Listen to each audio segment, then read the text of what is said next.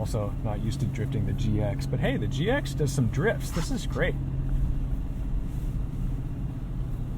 Look at her go. Welcome back, I'm Tedward. Welcome to a snowy day here in New England. We're finally getting some snow, and welcome to some snow removal with the Ego leaf blower. Not sponsored, but this is the perfect time because we've got light, fluffy snow.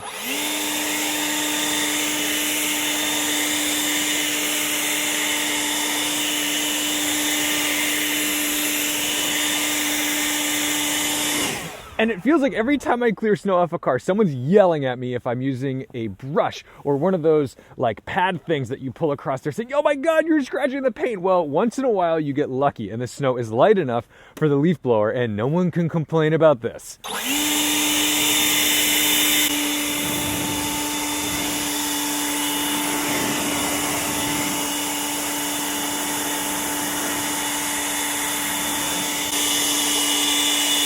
Getting a little blowback in the face, but that's okay.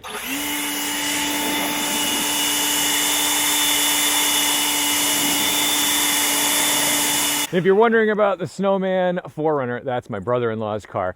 So no, I did not buy another car, but I do really love his wheel and tire setup, although I'd probably put this on an MT2. All right, that works good enough to do most of the heavy lifting. We'll use a snow brush for the glass because this seems to be a little more stuck on. But I always get the comments like, why don't you just use a leaf blower for your snow removal? Well, because it's not always that possible. It's just you got to have the right kind of snow, and this light fluffy stuff is perfect for it.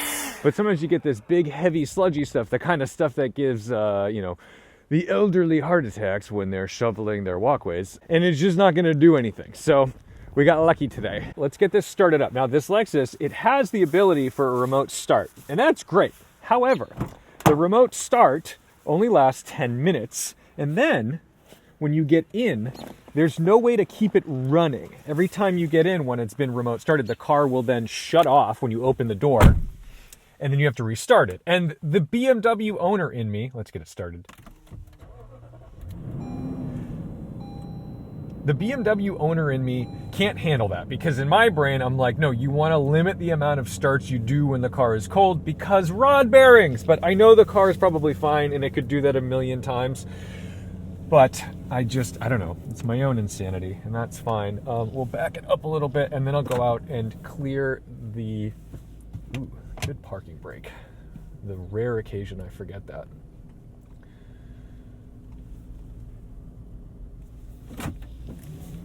Oh yeah. All right. I have a really cool brush in the back, and it's very large. This guy. Yes. I like this brush because I don't have to worry too much. Oh, this is nothing. This is nothing. I just don't want to strain the windshield wiper motors. Am I crazy? Do you guys think I'm an insane person for the things that I do and say? It's so cold. All right, good enough. I'm not like that concerned about this right now. Also, I need to replace these tires. Not because they are bald, but because they are just a little bit lame for the snow. They're not dedicated snow tires. These are the stock Bridgestone Duelers. And now, Duelers are not all the same. So the Dueler name can mean a bunch of different things, and the ones that I want are the Dueler Ascent ATs or Dueler AT Ascents. I kind of forget the nomenclature, but I've driven those out in Colorado in like ice racing, and they were fantastic, and they're not intended to be a snow tire, but they just happen to be 3P graded, so they do work really well. These ones, I do not believe the Dueler HT whatever, that's like the Lexus OEM version of the tire, not quite as impressive on that front. And that's the thing is, OEMs, a little snow tire lesson or just OEM tire lesson. OEMs work with tire companies to develop tires for their cars. And remember, they are trying to figure out a price point. Their job is to get their cars to an affordable level. And when you're saying, hey, we're going to make X margin, we're going to price this at like $59,999.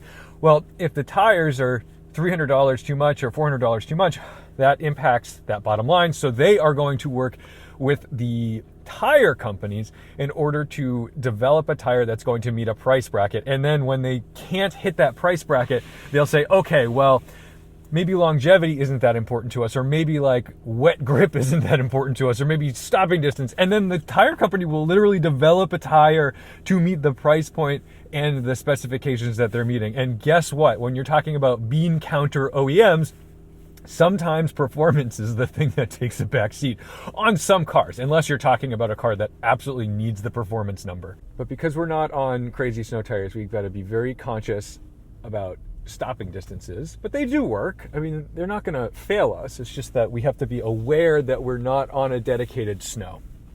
And as long as you know what your capabilities are, usually you can drive around them.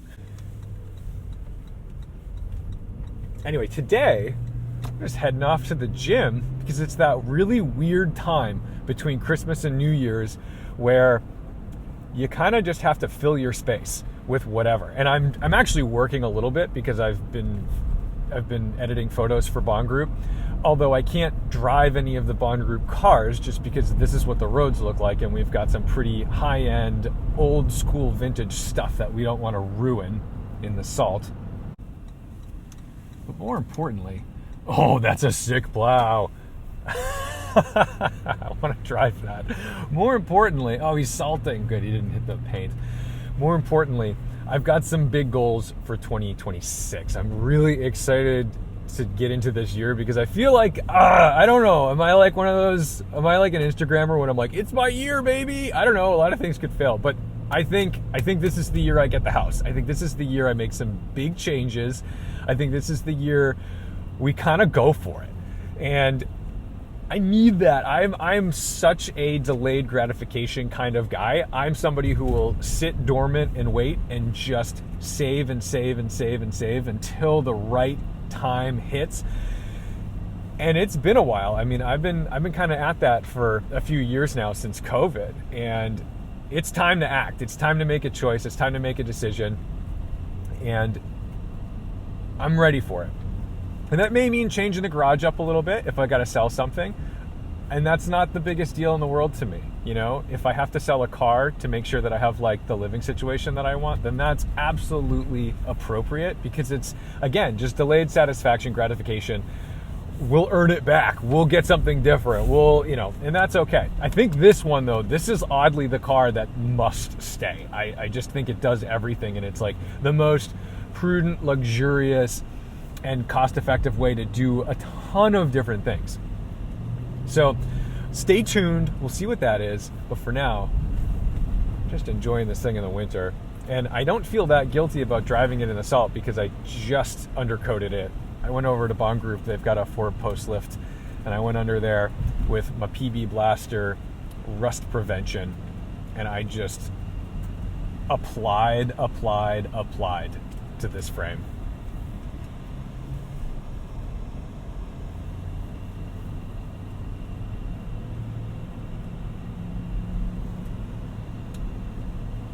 What do you all have for goals this year? I know it's a tough year. I mean, financially, it's a tough year. The job market's rough. The housing market is rough. I feel like people are getting less bang for their buck with their degrees at this point. So I think even when I was in college, it felt a little scary. Like it was just literally the tail end of the recession. The housing market had blown up. I really wish like I had just bought a house in 2008, but no, that wasn't a possibility for me. But getting my degree in mechanical engineering definitely felt like, oh no, like am I gonna be okay? And now I know it's probably even more so scary, but people are in different industries now. I see kids going for more computer science, computer learning type of degrees. They're doing stuff that's like way more advanced than anything I knew about. But some of it feels a little bleak in the sense that when you're developing AI systems, it feels like you're just training someone to do your job. That's not a good feeling. New England has some really fun, cool little roads. You could have a great little road leading up to your house, but the problem is there's other houses on, like you don't get the opportunity to exploit any of these roads, and they're all torn up and disgusting. Like I actually don't usually take this road in the Honda or the M5 because I just feel like I'm itching to destroy a wheel. Whereas in the Lexus, I don't feel very guilty. This thing's pretty tough. Knock on. Yeah, that's wood. We're good. This guy's a legend. He's got a Fiesta ST, and it's not in there right now, but he's got a BMW M6, a V10 M6. And I just think Fiesta ST and E63 M6, that is what a two-car solution that is.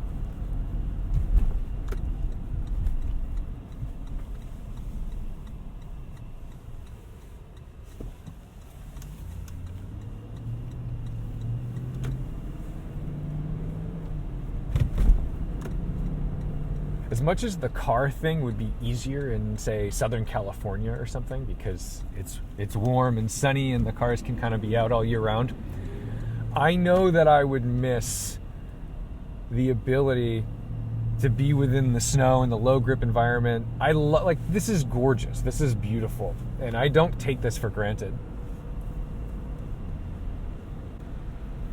Oh, the bus is gone? No. Well, I guess that's good. It means they fixed it. But I liked seeing that camper bus that we saw in that video a while back with Eggplant, the Audi 100.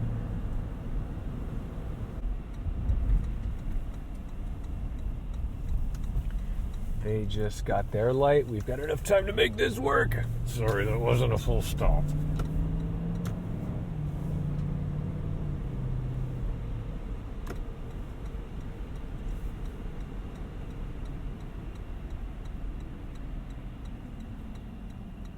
Can't wait till they put real lines on the street, but they paved it right before they started salting, and I don't know that they can actually get good lines down if the roads are disgusting. So we are left with a couple little stripes here and there as insinuations of yellow and white lines. I always use my blinker even in parking lots. It just seems like the correct thing to do. But this gym, dude, oh my goodness. I know it's almost New Year's and everyone goes to the gym before New Year's or right after New Year's because they're trying to like hit that resolution goal or whatever, or make up for the tragic eating they've encountered over the past week. But the other thing is that my gym does like massive discounts for students. So college students who are local, they all come home and then I don't know if they like get in for free or what, but like there's just a million people here. I don't know what you're doing. Okay, that's great. See, a blinker, if it wasn't covered by that snow, would have been super dope. There's always less parking because they stack the snow like this, which I kind of love. Look at this guy. Oh man, I want to drive that thing so bad. That is the effing coolest. Okay, we gotta get rid of that. There we go. Very nice. I overshot that.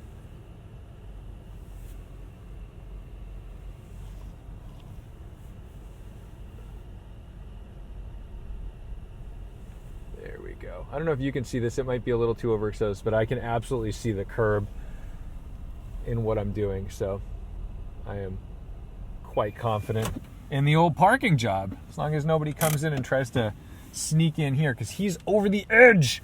So anyway, let's get in the gym and then we'll be back. We'll finish our drive.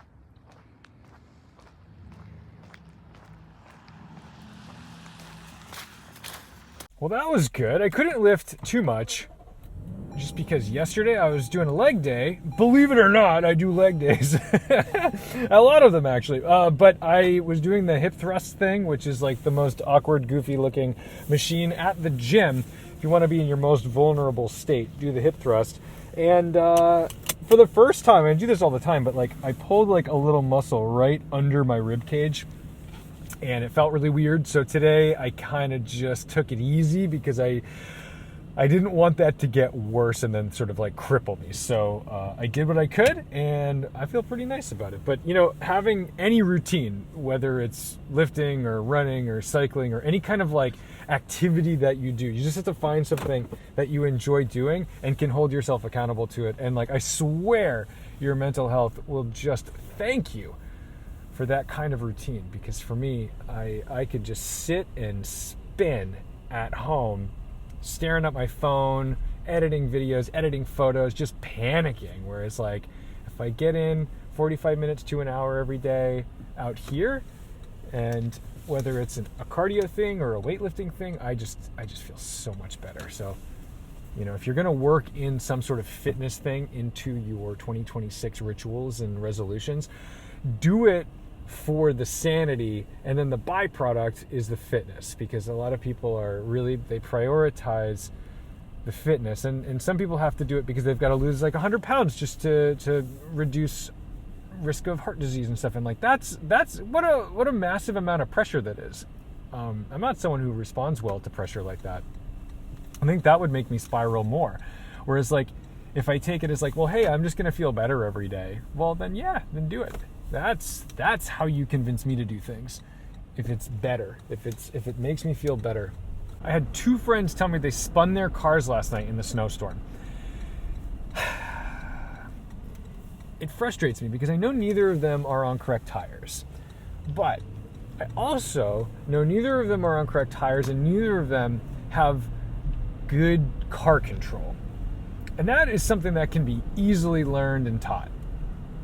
And it just frustrates me that most accidents are completely avoidable in the snow, in the rain, in the ice, if you just have an idea of what you're doing and understand the limits of the car. Because really, I think that's what it comes down to, is people just overestimate what they're capable of or what their car is capable of. And sometimes 10 miles per hour is literally too fast for conditions. And if you just drive it at 35, well, yeah, you're going to crash the car. There's just no way around it. Let's see if they plowed it. They have not plowed it, but I do just want to drive around in the snow a little bit. Yeah, this is fine. This is fine. But give you an idea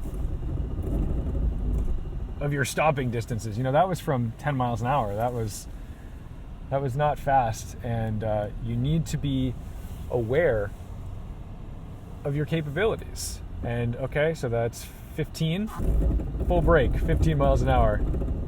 You know, if someone stopped right in front of me, that would not have been the easiest thing to do. And people think, oh, well, I've seen my car stop before, so we can do that. And then right now I've got all the systems on. It's doing some trickery for me, but we can turn that off. That was a lot. Let's see. I think if I hit this and then hold it, more lights will show up. There we go. All right. I don't know if it's fully off, but it should be off enough for what we need to do.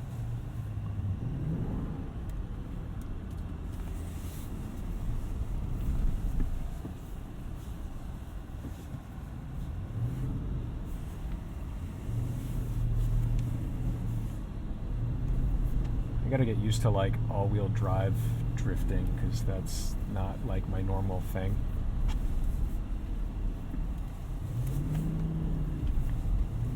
Also not used to drifting the GX, but hey, the GX does some drifts. This is great. Look at her go.